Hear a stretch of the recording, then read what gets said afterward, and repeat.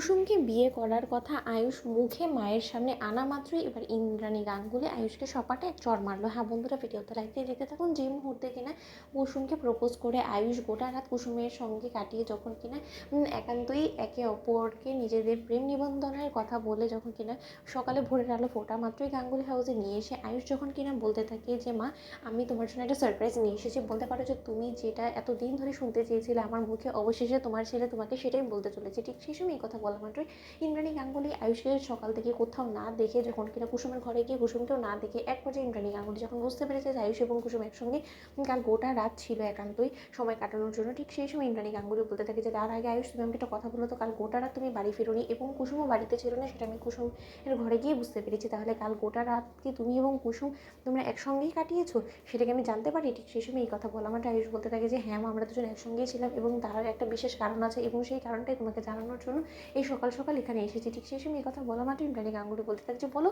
তোমাদের দুজনে এর একান্তই সময় কাটানোর পরবর্তী কী ফল তোমরা আমার জন্য নিয়ে এসেছো, বলো।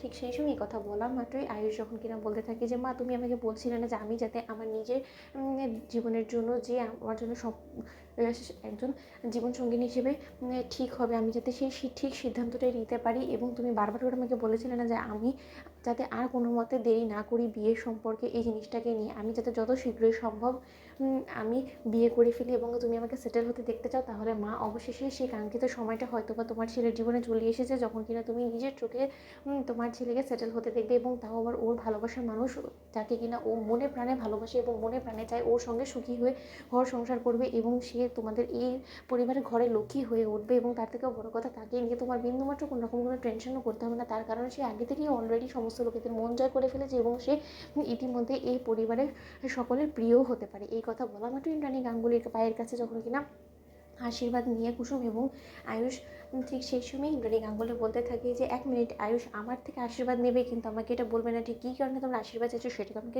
বললে না। ঠিক সেই সময় আয়ুষ যখন বলতে থাকে যে মা, আমি তোমাদের বাড়ির বড় বউ এবং আমার হবু স্ত্রী কুসুমকে তোমাদের সঙ্গে পরিচয় করাতে চাই, যে কুসুম হতে চলেছে এই বাড়ির বড় বউ এবং গাঙ্গুলি পরিবারের একজন নতুন সদস্য এবং আমার স্ত্রী, হবু স্ত্রী বলতে পারো। ঠিক সেই সময় কথা বলা মাত্র ইন্দ্রাণী গাঙ্গুলি আয়ুষকে সপাটে এক চড় মারে এবং বলতে থাকে যে নির্লজ্জ বেহায়া ছেলে কোথাকার এবং ছোট লোক মেয়ে কোথাকার, লজ্জা করলো না মালিক পক্ষের ছেলের সঙ্গে কী করে কাল গোটা রাত তুমি ফুর্তি করে বেড়ালে কুসুম, বলো তো? তখন তোমার বিবেক একবারও বাঁধেনি? যখন কিনা আমি তোমাকে আয়ুষের সঙ্গে কোনো কিছু কাজে পাঠানোর চেষ্টা করি তখন তো তুমি বেশ বিবেকধারী হয়ে দাঁড়াও এবং তখন তোমার লজ্জায় একবার মাথা কাটা যায়। এখন তোমার বাবার এবং তোমার মা লজ্জায় মাথা কাটা গেল না, বলো তো? তোমার তখন একবারও বিবেকে বাঁধেনি যে তুমি আয়ুষের অযোগ্য? তো বন্ধুরা, লাইক এন্ড শেয়ার করে সাবস্ক্রাইব করতে ভুলো না।